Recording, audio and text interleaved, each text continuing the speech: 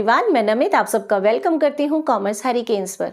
बच्चों, आप सभी के कमेंट्स मुझे लगातार मिलते रहते हैं और मुझे बहुत खुशी है कि मेरी वीडियोस आपको बहुत हेल्प कर रही है और आप एग्जाम में अच्छा स्कोर कर पा रहे हैं।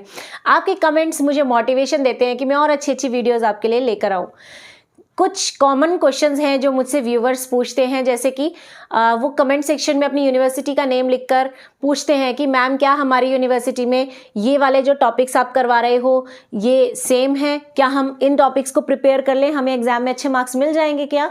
तो बेटा मैं आपको एक बात बताना चाहती हूँ, आप चाहे किसी भी यूनिवर्सिटी से बिलोंग करते हैं, अगर ये टॉपिक्स आपके सिलेबस में है तो मटेरियल सेम रहेगा, टॉपिक चेंज नहीं होता बेटा, ठीक है। कॉन्सेप्ट्स वही रहते हैं, मैरिट्स, डीमेरिट्स, प्रोसेस, मीनिंग जो कुछ भी है सब सेम है। तो आप बेफिक्र होकर मेरी सारी वीडियोस देखिए, अपने नोट्स प्रिपेयर कीजिए।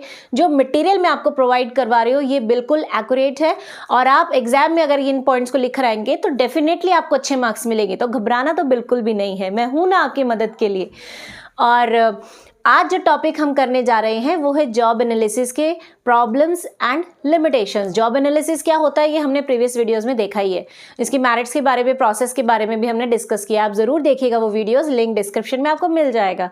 और हाँ, अगर वीडियो पसंद आए तो दोस्तों के साथ शेयर जरूर कीजिएगा, लाइक कीजिएगा और चैनल सब्सक्राइब किए बिना मत जाइएगा। तो आज हम बात करने वाले हैं कि जॉब एनालिसिस करते समय कौन सी प्रॉब्लम्स हमें फेस करनी पड़ती है। तो बेटा आप इसका एक स्क्रीनशॉट ले लीजिए।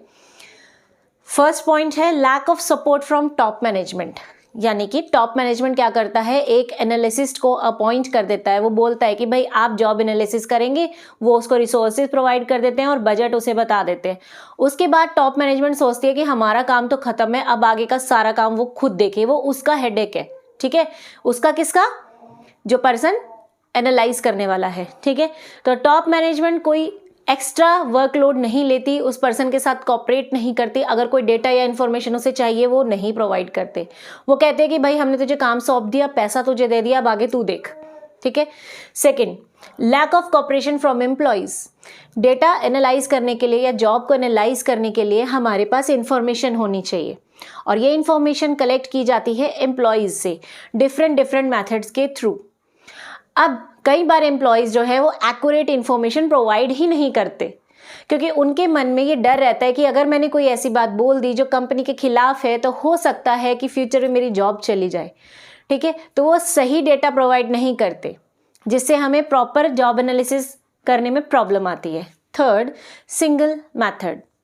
जॉब एनालिसिस करने के लिए हमारे पास बहुत सारे मैथड्स होते हैं और एक अच्छे रिसर्चर को सभी मैथड्स का यूज़ करना चाहिए, दो या दो से ज़्यादा मेथड यूज़ करने चाहिए।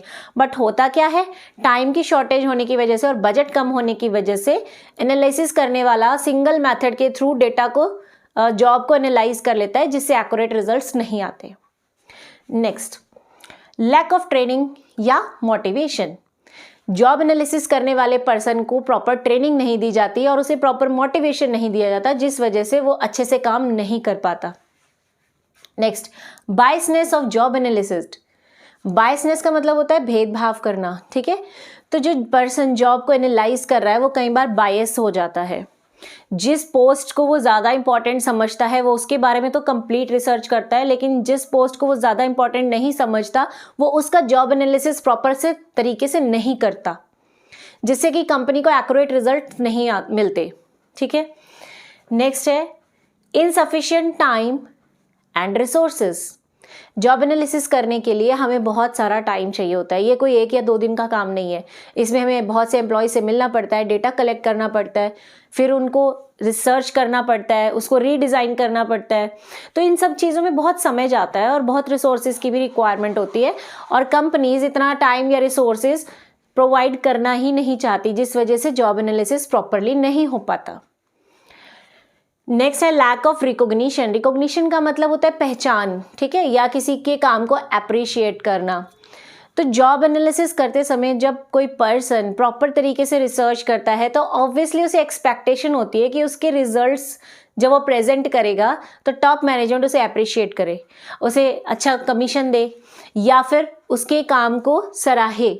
मगर होता क्या है, टॉप मैनेजमेंट सोचती है कि हमने तो इसे काम दिया था, बदले में इसने सैलरी ले लिया, अब इसको अप्रिसिएशन की क्या ज़रूरत है। वो ज़्यादा ध्यान नहीं देते जॉब एनालिसिस पर, जिसकी वजह से पर्सन का मोटिवेशन कम हो जाता है और वह नेक्स्ट टाइम अच्छे से काम नहीं करता।